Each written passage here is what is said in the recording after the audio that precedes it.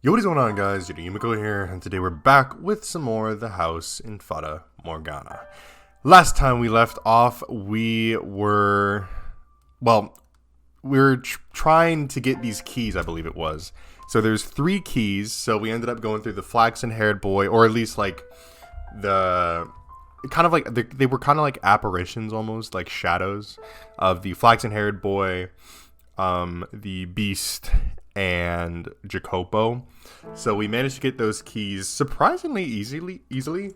And we are now have started making our way up the tower. So as far as I remember, I think we left off where what is it? I think we left off where Michael was made to basically eternally walk up these stairs. Oh, you know what? Here's what it was. So we're like walking up these stairs, going up. They're seemingly like endless, but we're about to discover the backstory of the witch is what's about to happen. So this is a pretty big deal. Without further ado, let's jump right into it. All right. Sorry if I am sniffing a lot and like all this. My fucking nose is so stuffed right now, I don't know why. I carry within me the child of God. That is where it all began. The words of one foolish woman determined the course of my entire life. Before I was even born, my fate was decided. Did her claim come from her faith? Was it her way of escaping reality? Did she do it for money or fame? I don't know. I've been visited by an angel of the Lord. The village where she lived had suffered from years of poor harvest. It had been months since the last rain, and all the villagers prayed desperately to be blessed with succor. I am with child, though I have no known man. So proclaimed the pregnant woman in the midst of the drought. And on the day of my birth, the very moment I let out my first cry, a heavy rain fell down upon the village. The storm quenched the parched earth, nourishing the crops and saving the village. The villagers were astounded, for they had thought the drought would never end. As plump drops of rain poured down upon the village, they gathered around the newborn me in exultation. Ah, she is the child of God! Perhaps there would be more wonder in claiming I had magical powers. Perhaps it would make a better story if I were to say there were higher forces involved. But all these years later, here's what I truly think. It was nothing more than a fluke. An improbable stroke of luck. An unbelievably fortunate accident for my mother and the village, and an indescribably unfortunate accident for myself. I'm with a child, though I have known no man. As if that's even possible. Maybe she'd fooled around with a man who'd gone and abandoned her, and she spouted those lies to convince herself it had never happened. None of the village men made any claim to be my father. Perhaps he was someone else's husband, and as such he couldn't reveal himself, as adultery is a sin in the eyes of God. The girl they were praising as the child of God was indeed not more than the ordinary daughter of a wretched woman. At the time, though, I thought differently. I believed my mother's words, convinced I was a saint, and it gave me a sense of duty, of purpose, rather than superiority. As a daughter of God, I believed it was my responsibility to help anyone in need. So every day I prayed. I asked my father what I could do, what I was meant to do. Not everyone is equally good, however. There will always be someone who lends their ear to the devil's whispers. One man claimed I was the daughter of a charlatan. He shouted for all to hear, "If you really are the child of God, then perform a miracle for us." Could he have been any more unreasonable? Miracles are neither magic nor parlor tricks. They're realized through the power of faith. A lowly villager has no place demanding God prove his own divinity. It is the height of arrogance. But the man refused to heed my words. So, having no other choice, I contemplated what I could do to show him I was indeed a saint. And blood was the spark of my inspiration. Michael, the time when I lived and the time when you lived were not so different. Our views and beliefs about the world are very much the same, so you should understand that in our time, blood was seen as unclean. It was a dreadful thing, ridden with diseases, which is why we drained the blood from animals and purified the flesh before consuming it. But being a saint, my blood would have been different. Like the blood of the saints who came before me, mine would be blessed. I believed it would be able to cleanse people's impurities. For my demonstration, I chose an elderly woman afflicted with a terrible disease. She was on her deathbed, and no one thought she would live for longer than a day or two.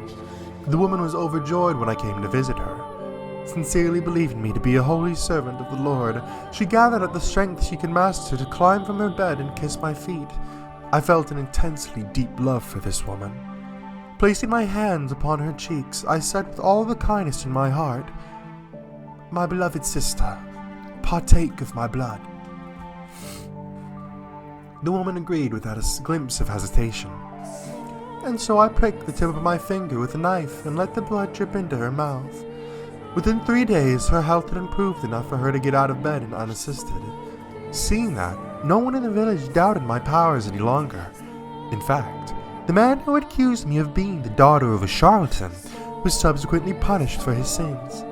He received much-deserved retribution for challenging the daughter of God, for mocking her.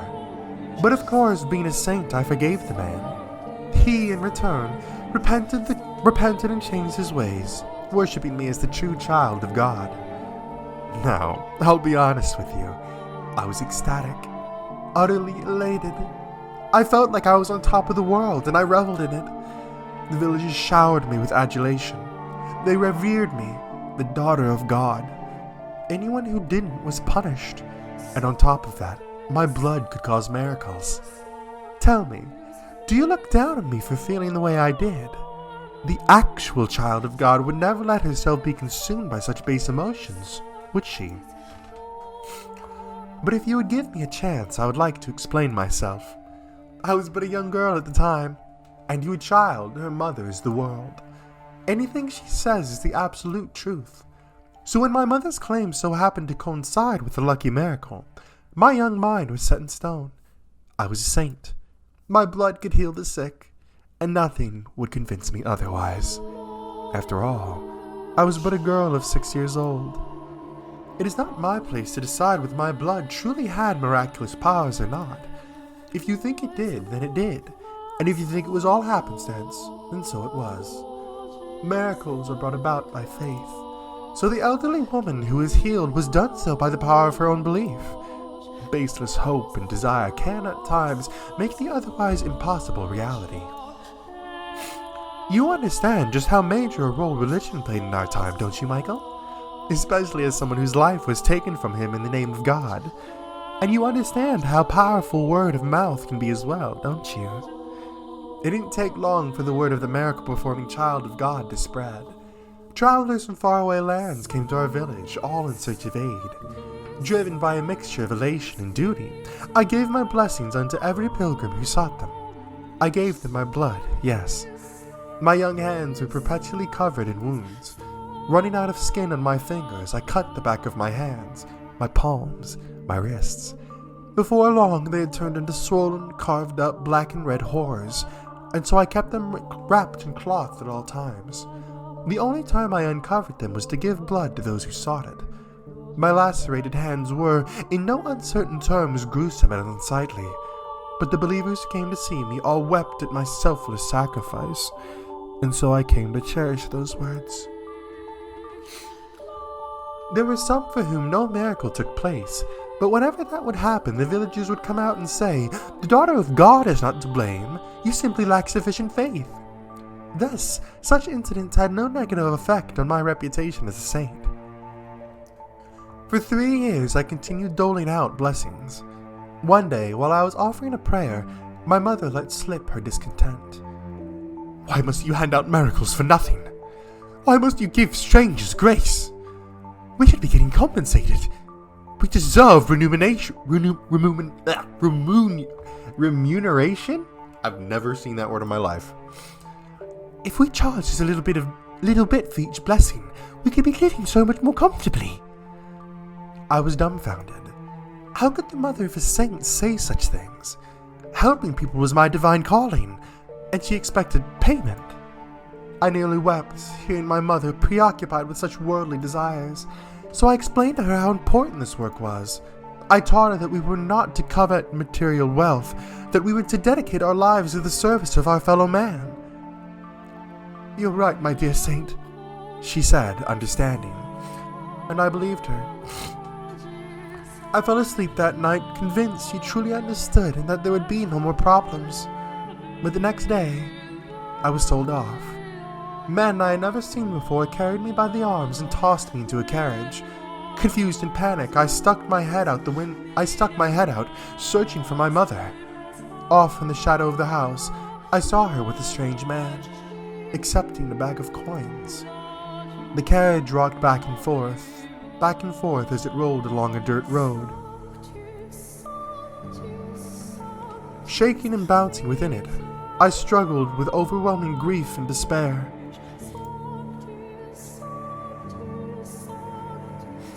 It was perhaps the first time in my life I had felt such powerful emotion. I didn't know what I felt so much despair over, though.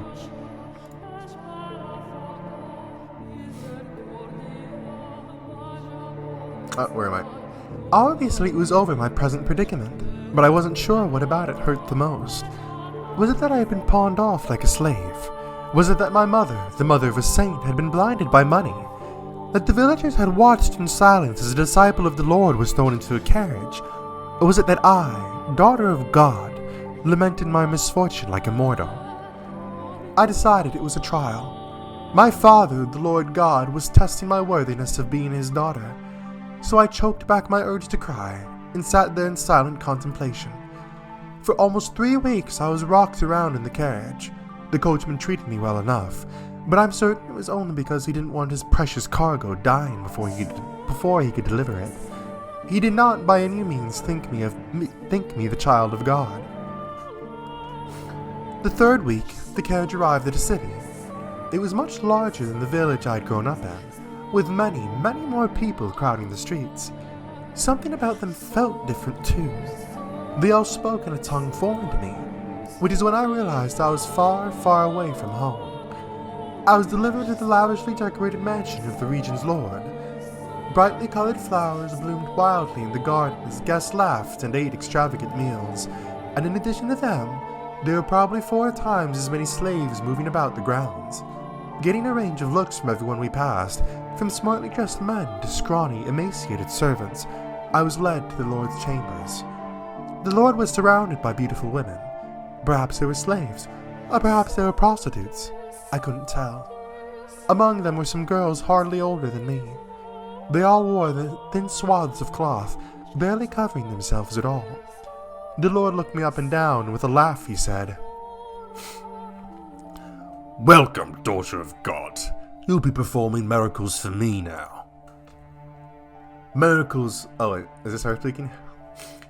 Miracles are not something to be performed for one single person's benefit, I replied, shocked and furious he had just said something so utterly blasphemous.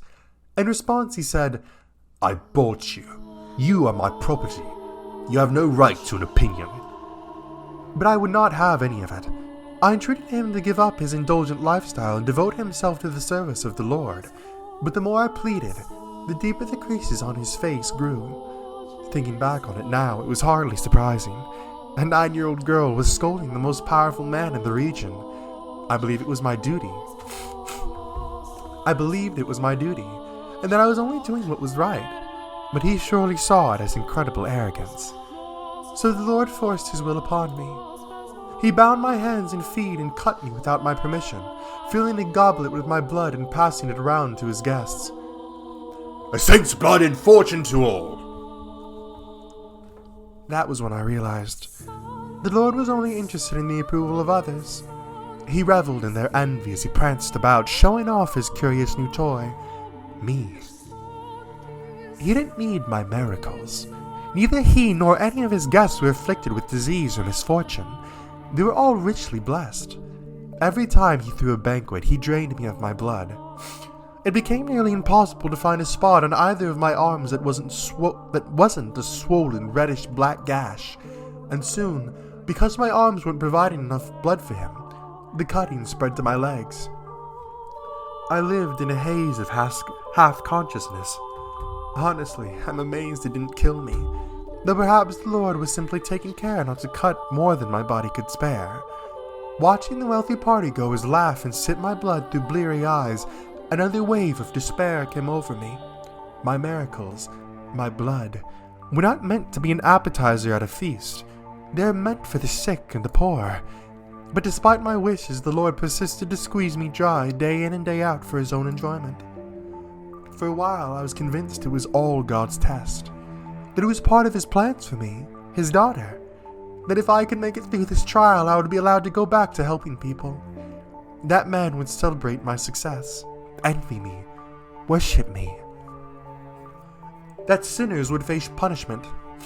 The divine retribution would be delivered unto all who had wronged me, a saint. With each passing day, my spirit grew more twisted. Would anyone have believed that scarred and bloody girl tied up on the floor in the banquet hall was a saint? Unlikely.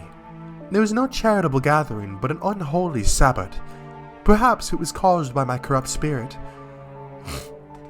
Perhaps it was my heart's way of crying for help.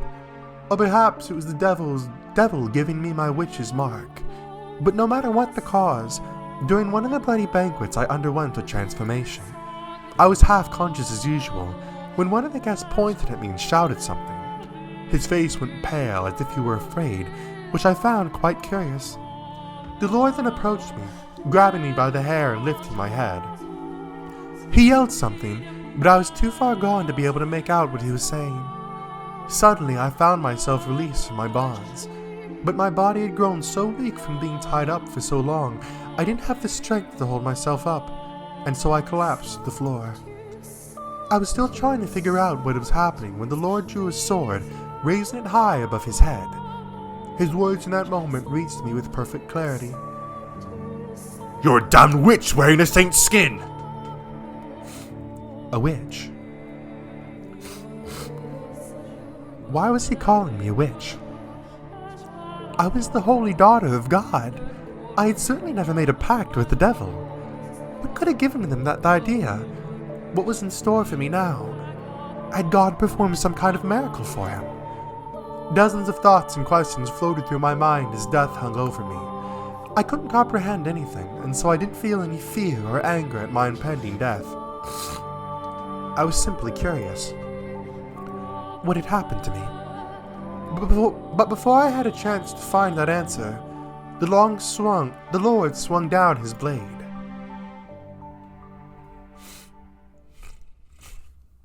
Excuse me. I need to blow my nose.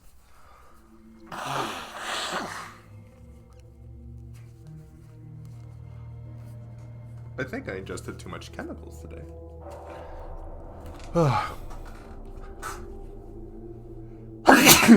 Oh my god. That's just great. Now I'm gonna start sneezing. Without warning, without any time to prepare, the darkness drains away. And a second later, I crashed into the stairs. Hard. Dude, oh my god, this sucks.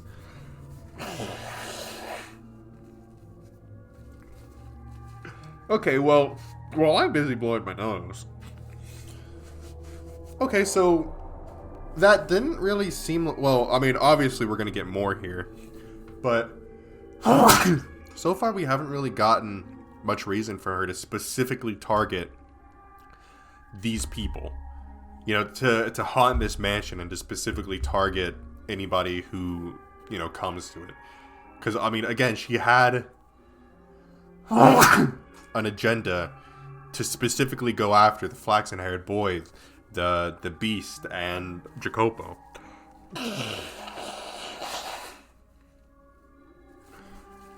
But clearly, we haven't met either of them yet.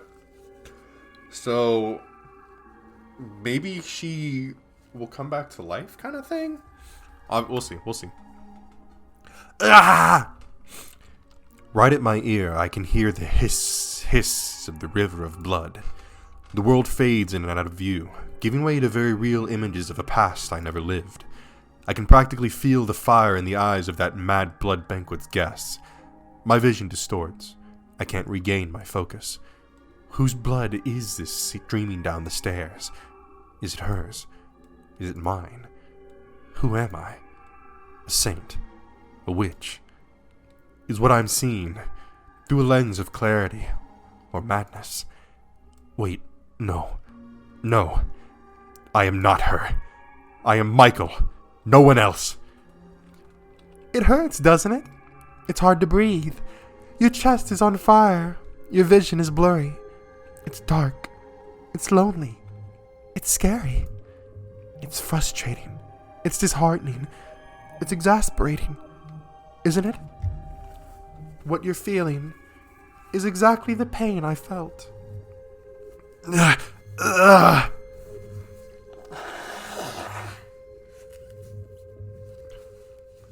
I reach my hand out in a plea for help, which is when I see something I can hardly believe.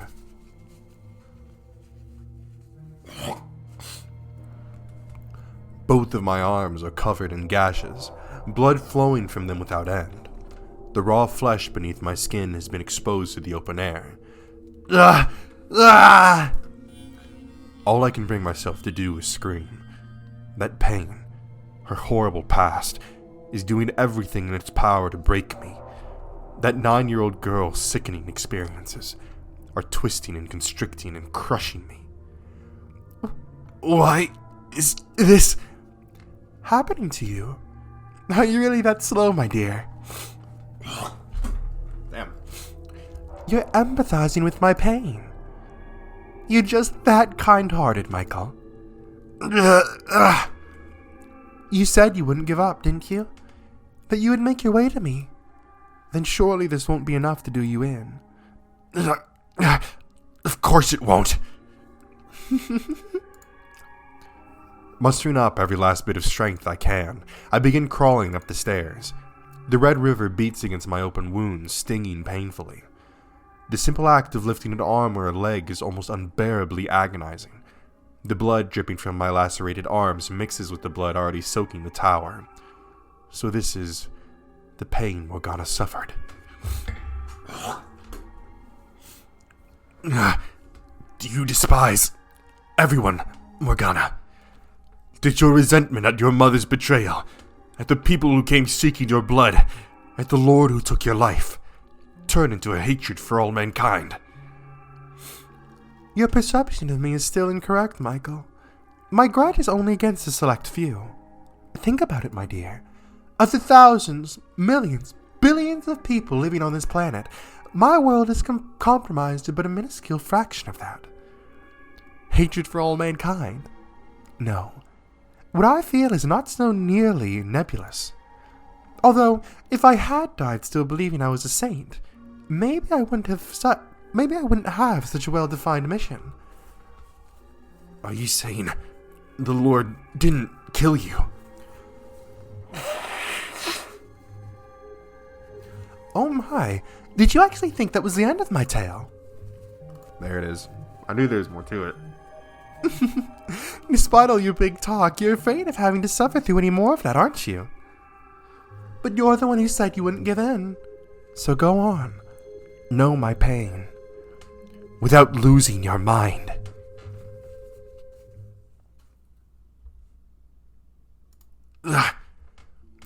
Once again, my surroundings crumble. I have no say. I have no chance to object before I'm dragged back to that repulsive banquet. I reach out, stretching my hand as far as it will reach, but all I can grab is darkness.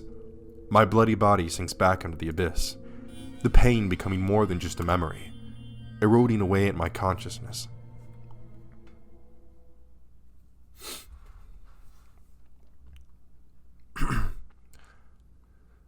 You're a damn witch wearing a saint's skin!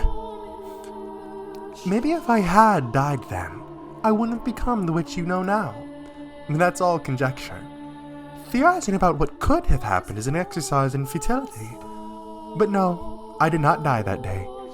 Brought together by constant mistreatment, the Lord's slave chose that moment to start their revolt.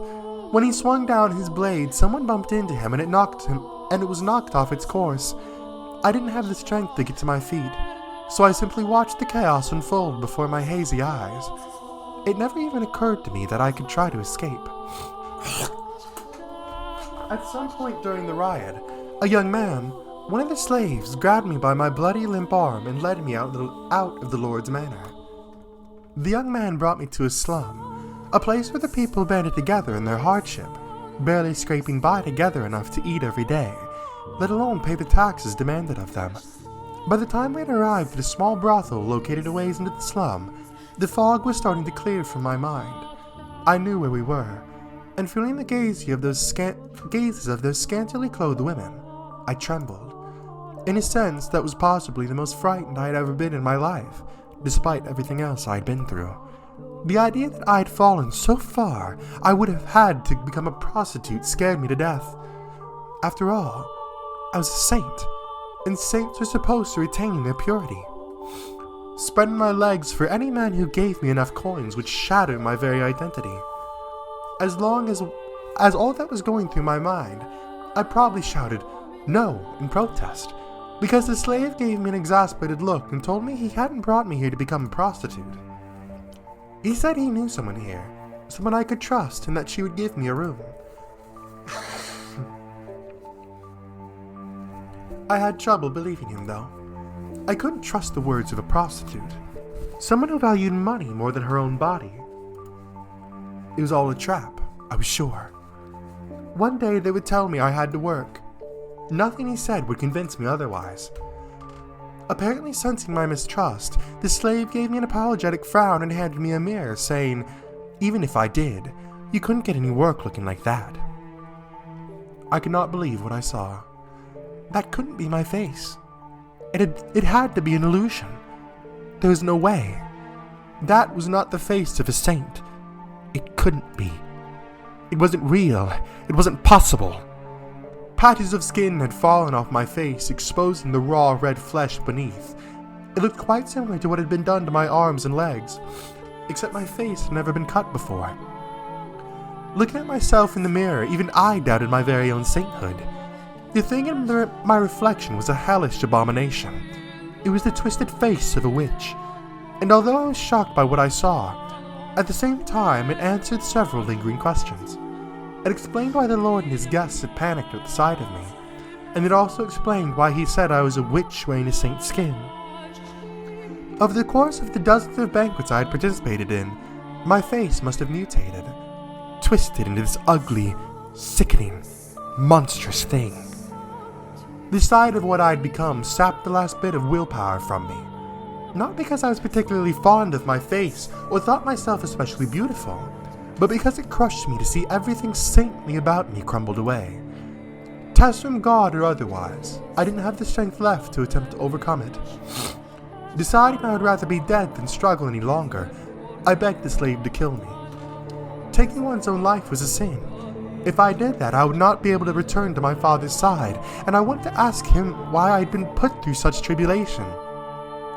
But the young man refused. He said, completely missing my intention, that if I persevered, good fortune would eventually find me. He said that if I lived on, I would eventually have a chance to get my payback. I had no such worldly concerns, though, but if no one would take my life, I had no choice but to live.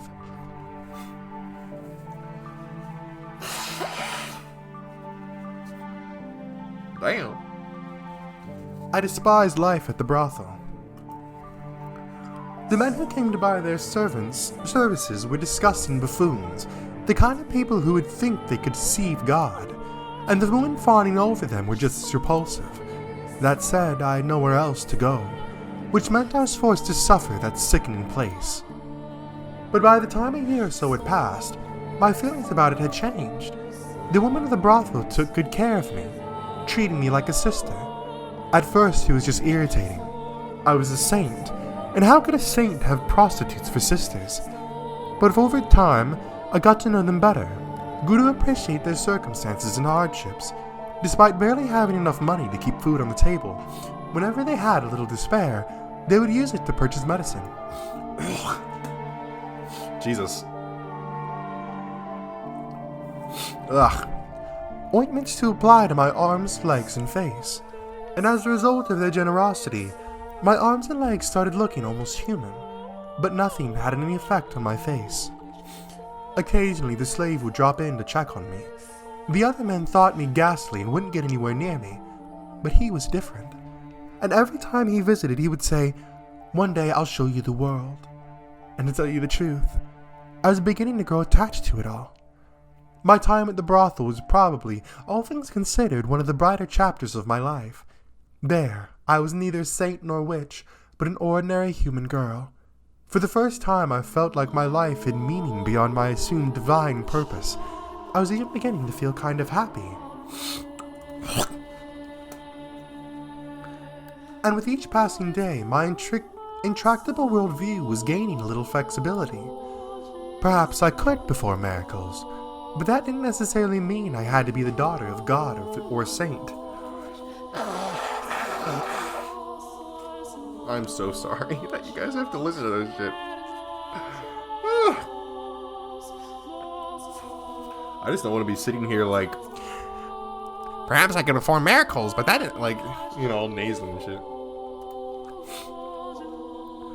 Maybe I was just a regular person who happened to possess some unusual abilities. Ridiculous, isn't it? Despite coming to accept my humanity, I refused to let go of my miraculous powers. They were the last thing protecting me what I thought of as myself.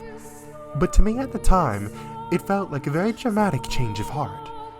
3 years after the revolt at the Lord's Manor, I had my 12th birthday, for which they threw me a little dinner party. The women all pitched in to bake me treats, and the young slave man was there too. I was happy. I thought that if life could continue on like this, I would be fine not going back to being a saint. But for some reason, happiness always seems to slip away as soon as you've got your hands around it. No one sincerely wants to lose it, so why must they? I certainly didn't mind not being miserable. Oh god, here comes the sneezes again.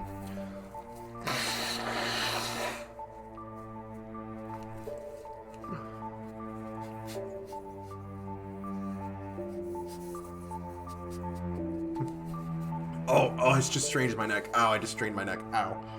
Oh, that hurts so bad. Ow. Okay, here it is. Here's the big thing here, hopefully. Let me tell you what happened that night. On the night of my birthday celebration, bandits attacked the brothel.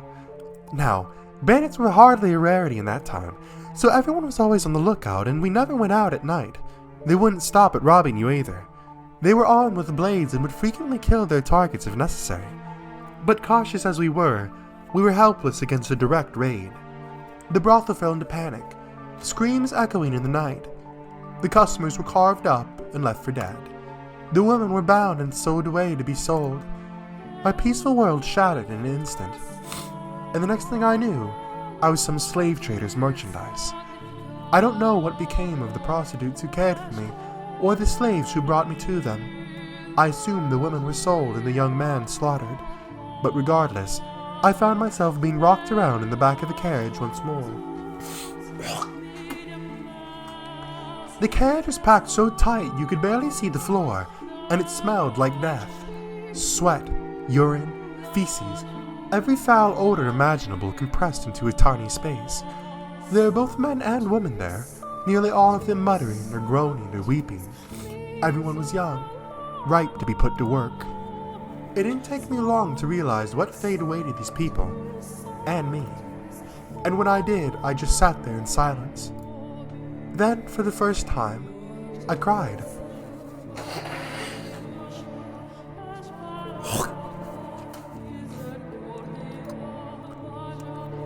I was experiencing, I believe, a very human emotion. I was sad, hurt that I'd been taken away from a place where I was happy, from the moment at the brothel and that young man. It crushed me. And no longer did I wonder why such a thing was happening to the holy daughter of God. Something about my tears must have seemed strange to him, because one man saw me and said, "Why are you crying?" he was a curious man. To start, he looked very different from anyone else. The color of his skin, the length of his nose, the shape of his eyes. Everything about him was new and unusual. Hesitantly, I replied, "I'm sad because I didn't get the chance to show my gratitude to people very dear to me." The man fell silent, looking as though he was deep in thought. I had no idea why he'd asked me that, but something about him made me uncomfortable, so I couldn't bring myself to ask. Several hours later, the man suddenly stood up. The guards had no patience for anyone stepping out of line, and they didn't look like they would hesitate to kill us either. So, unsurprisingly, one at the back of the carriage drew his sword and pointed it at the man. What was surprising, though, was what happened next. The man, his hands shackled like the rest of us, leapt for the guard, slamming his fist into his face and stealing his sword. The entire carriage was in shock. The guards were too stunned to effectively react, so they were quickly cut down. And because the one-man uprising had taken place between cities, there was no one the slave trader could ask for help before they were slaughtered. In the blink of an eye, it was all over. And there was nothing human about what I had witnessed. If I had to describe it, I would say it was as though a wild beast had attacked. The man ruffled through the slave trader's clothes until he found the keys, which he brought to me, ordering I unshackle him. And so I did as he commanded.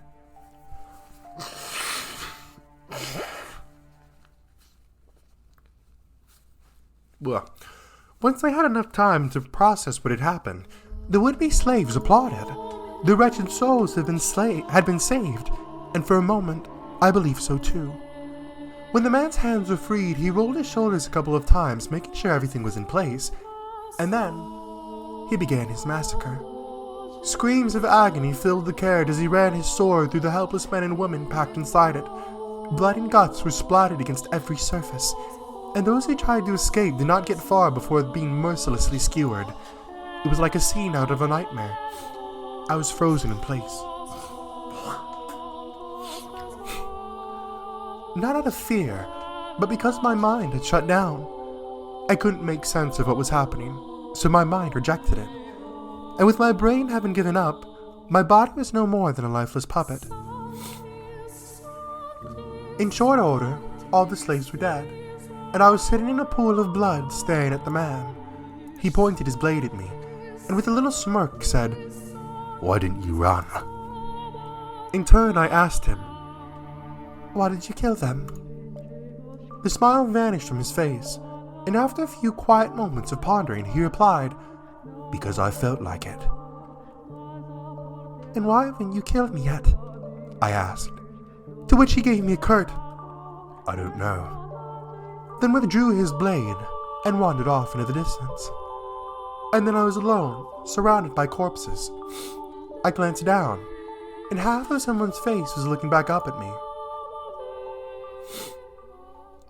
Yeah, that might be a little bit traumatizing, admittedly so.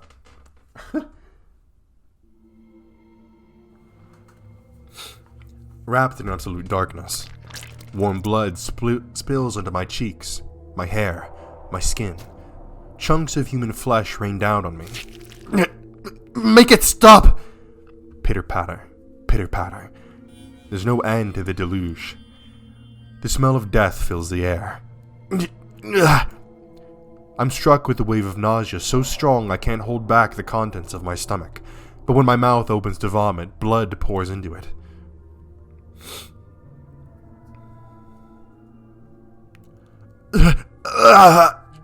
Let go of me! Dead bodies grabbed at my ankles, dragging me down. To where? Hell? Or to the mountain of corpses? Now do you understand that there was a time, if but briefly, when I was happy, when I felt human emotions? But I wish I never had. If I had remained confined in my daughter of God shell, then I doubt I would have felt so much terror at the sight of death.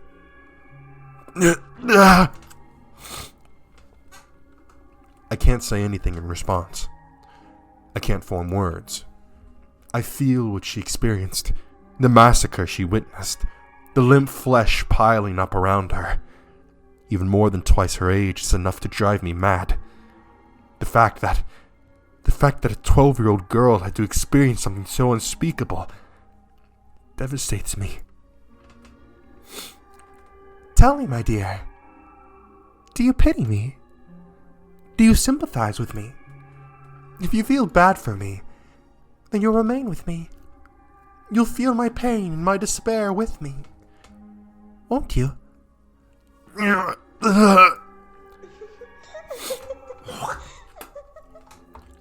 The witch's cackle echoes through the pile of bodies. There's not a speck of light, and hideous death lingers everywhere. Helpless to resist, I'm dragged down into a deep, dark ocean, an ocean of blood.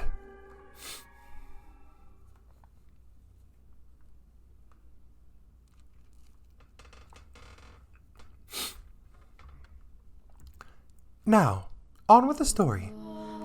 I was at a complete loss for some time after that. I didn't want to return to the city because I knew there was no one left who would take me in. There was only the Lord who had bound me and drained me of my blood. So I wandered the roads. No destination in mind and nothing to defend myself but the clothes on my back. Frankly, I'm rather surprised I wasn't attacked by bandits. After walking for days without food or water, my mind was hazy and my exhaustion at a peak. In the distance, I saw a lake. So driven by my thirst, I turned my unsteady feet toward the water, not caring that it took me off the main road.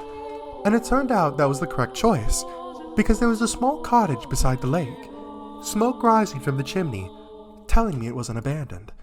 Out of sheer desperation, I knocked on the door. No one answered. The door wasn't locked, so I slowly, hesitantly pushed it open. And beyond it, I found an old woman, sitting dead in a chair. The woman was a witch. By trade, that is.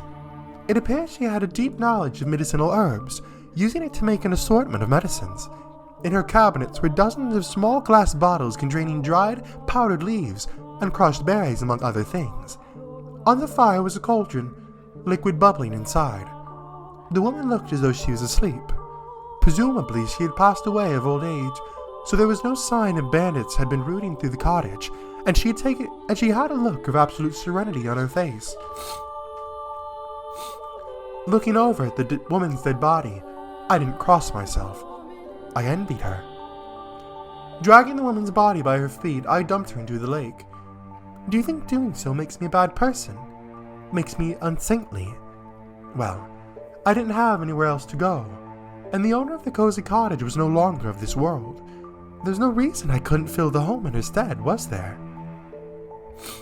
I deserved to have somewhere I felt comfortable after everything I'd been through, didn't I?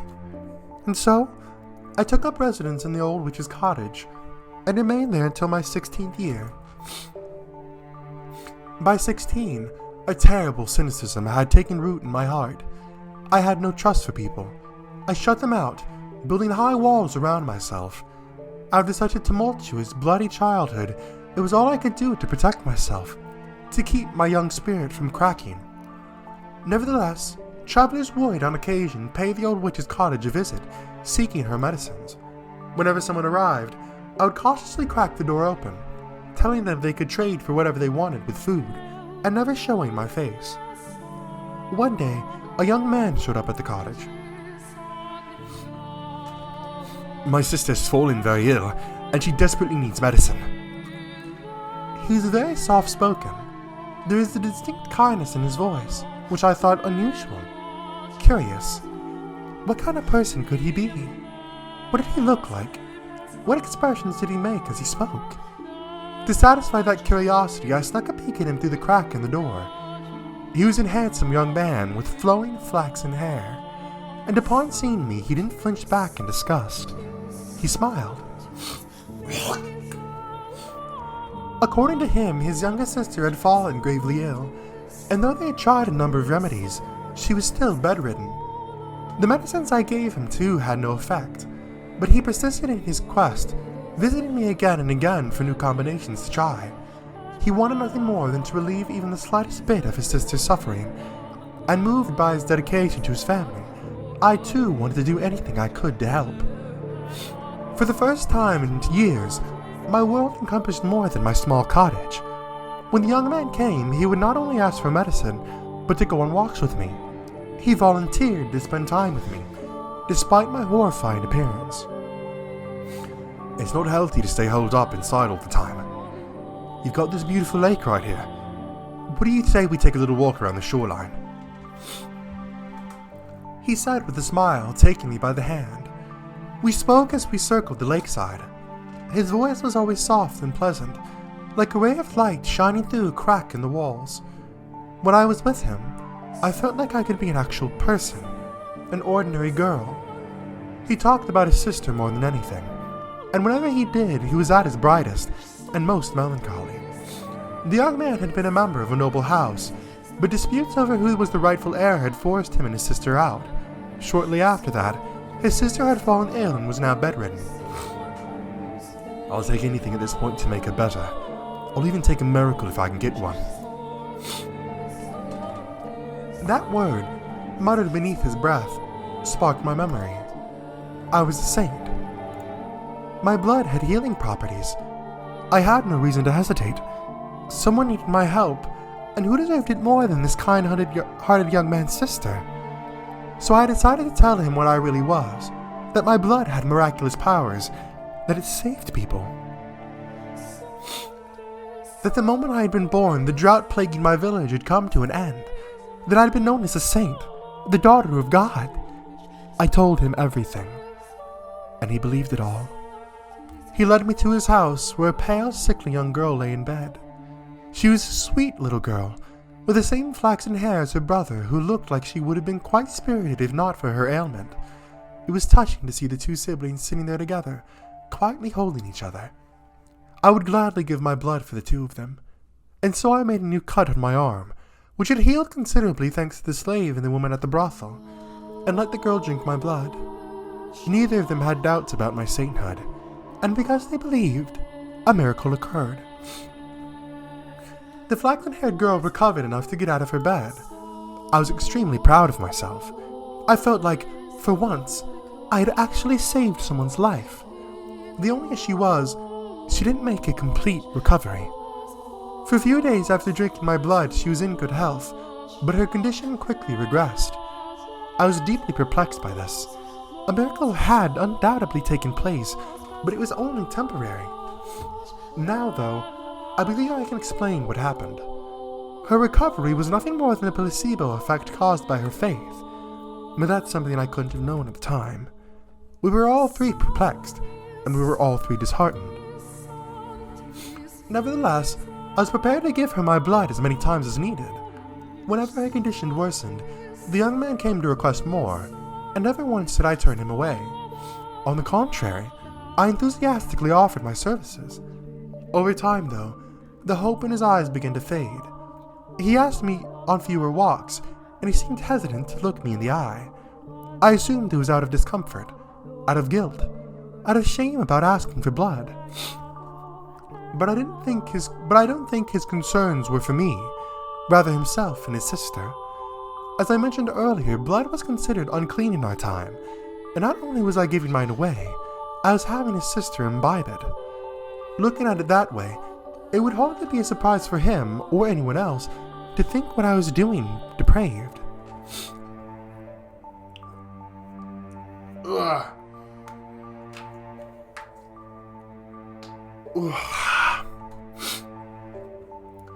As time passed, the flaxen-haired young man seemed to grow more and more disturbed by me. That was what I got for opening up. That was what I got for letting his kind, warm light shine in on me. The moment things went bad, he pulled away. There were times when I thought I shouldn't have done anything in the first place, but regardless, I held fast to my original decision. I would put myself on the line for them. No one else. Just them. Even if he was afraid of me or had no interest in seeing me, I would continue offering her my blood, and I was firm in my resolve. One day, though, I received a new visitor. The young man was still the only one I would show my face to, the only guest I had let into my walls. So, as usual, I took the man's request from behind the cottage door. But I could hardly believe my ears when he began speaking. Are you the witch with the miracle blood? First, how did he know my blood had powers? Second, Why had he called me a witch and not a saint? Third, why did he sound like the man who had slaughtered the slave carriage? I told the man he had to leave, that I would not be opening the door for any reason. In response, he said, "I'm in need of your blood. Could you not spare a little?" my blood was for the sick and needy. I would never spare a drop for a murderer like him. And I told the man exactly that, demanding he leave. All I could think about was the pile of bodies, the fountain of blood, the man drenched in crimson wearing a ghastly smirk. I trembled behind the door, fearing he may go on another rampage, but instead he gave a simple, "As you say," and went on his way. I let out a deep sigh of relief, was when I realized tears were rolling down both of my cheeks, like an ordinary girl. 3 days later, the flaxen-haired boy showed up at my cottage. "I'm sorry for being so distant lately. I want to talk things over." Those 2 sentences were like a light shining from above. I wanted to talk to him too. I wanted to take a walk around the lake and listen to him talk about nothing. I wanted to experience the warmth of his words once more, and tell him about the terrible man who had been here a few days earlier.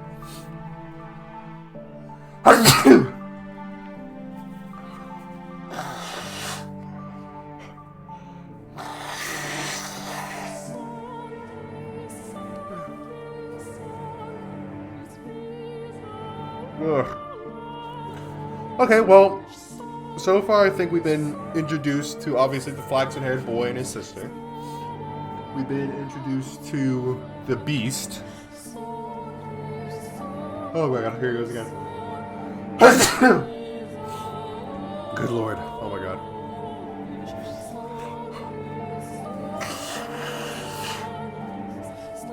Oh, Jesus.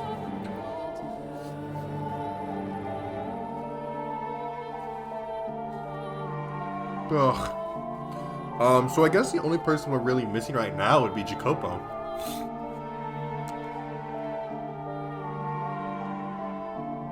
Okay. Let's go. About how scared I'd been. I wanted him to tell me that it would be alright. I want to take you to... Oh, I want to talk to you too, I said, opening the door without a second thought. The light of the sun was so bright all I could make out was a silhouette. I couldn't see the look on his face or the look in his eyes. A gentle breeze blew past, and my mind froze. How could this be happening? What did it mean? Why? How? What was that man doing? Standing behind him? Why was he carrying a sword? Why was he coming into my house? And why did he swing it down, severing my arm? I was in a daze. I couldn't make sense of anything. I didn't want to. My left arm fell to the floor before I even knew what was happening, and then my legs gave out. The pain, searing and unbearable, came a few moments later, as I was lying in an ever-expanding pool of my own blood. I did something then that I hadn't done before, that I had resisted, doing no matter how much the blood the Lord before had stolen from me. I screamed. It was a hideous, visceral noise, a sound I never thought a saint could make. The same ear-splitting howl the slaves had made as the man had butchered them. I writhed, I wailed, I wept. I crawled across the floor through my own blood. I begged and I begged and I begged for my life. The man walked over and picked up my severed arm, and then, shockingly, he tossed it to the kind-hearted young man, after which he said, "That's your share. Should last you long enough." Share? What did he mean by share? What was he talking about? Why had he given him my arm, and why had he taken it? Why was he talking like they knew each other? Why? Why? I had spared blood for him when he asked, didn't I? So why was he doing this? Was cutting my arm off and stealing it easier on his conscience than simply asking? You understand how I felt, don't you? You can put yourself in my shoes, can't you? The young man refused to look me in the eye. Holding my bloody arm in his trembling hands, he fled from the cottage as quickly as his legs would allow. The man then walked over and picked me up. I had neither the strength nor willpower to resist. Holding me in his arms, he began to speak, telling me things I didn't want to know, things I didn't want to hear, but he didn't care. Nothing personal. I just needed your blood. Oh, well, I guess he's a foreign descent, isn't he? Without it, she'll lose her church. There we go. Don't take it personally. Tell me, is there anyone in this world who wouldn't feel a bit of spite after being put through such torture? How was I supposed to let that slide? No one's that much of a saint. My trust had been betrayed, and I was supposed to turn the other cheek. A man had barged into my home uninvited and cut off my arm, and I was supposed to smile and take it. Is there anyone anywhere who doesn't feel even the slightest bit of hatred ever? Is there anyone in this world who could just laugh and brush off this level of abuse? Tell me, is there? How could I not hold a grudge? How could I not despise them? How could I possibly forgive them? Tell me, please. Tell me, how could I? She needs the money. I need some way of getting enough money to keep her church running. So the Lord made me an offer. If I brought him the witch with the miracle blood, he would finance a whole new church for her. The Lord? Why him again? Why couldn't he leave me alone? After trying to kill me during one of his blood sabbats, why was he after my blood once more? Had he learned it really did have miraculous powers and decided he wanted me back? You get to be the sacrifice. To keep her church from collapsing. To keep her world from collapsing. Sacrifice? Excuse me, what? And what's all this about keeping her church from collapsing? You murdered a carriage full of innocent people, and you're trying to protect the church. You? Are you out of your mind? Churches are places where people go to commune with God, to speak with my Father. How dare you soil those sanctified grounds with your filthy hands, you beast! It's insulting, sacrilegious, repulsive. Just what do you think we are? So don't take it personally, witch. I'm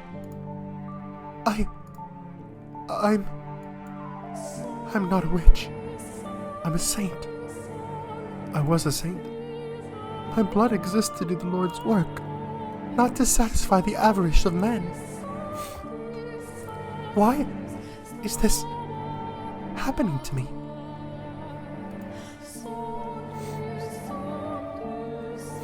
Okay, we're gonna go ahead and stop it there. I kind of want to try and get it all done in one go, but I do have my own personal time constrictions is the only thing. So, but okay, so it started off kind of meh, okay, she's brought into this world. Her mother claims she's a saint. She, until the age of I think it was 8 or 9, she was, working as a saint, giving away her blood. Her mom got upset because she wasn't getting any money from it, so she sold her daughter off to this lord, who then drained her blood for these parties. Then when the slave revolt happened, she finally found some unexpected happiness in a brothel. They were all slaughtered and sold off. Then this dude murders all these slaves. She, gets into this little cottage. Flaxen-haired boy comes along. She thinks, oh, well, maybe this is now my calling to help this, boy and his sister. And I can, live happily with them. Yada, yada, yada. Then obviously he comes along, cuts off her arm. Flaxen-haired boy betrayed her.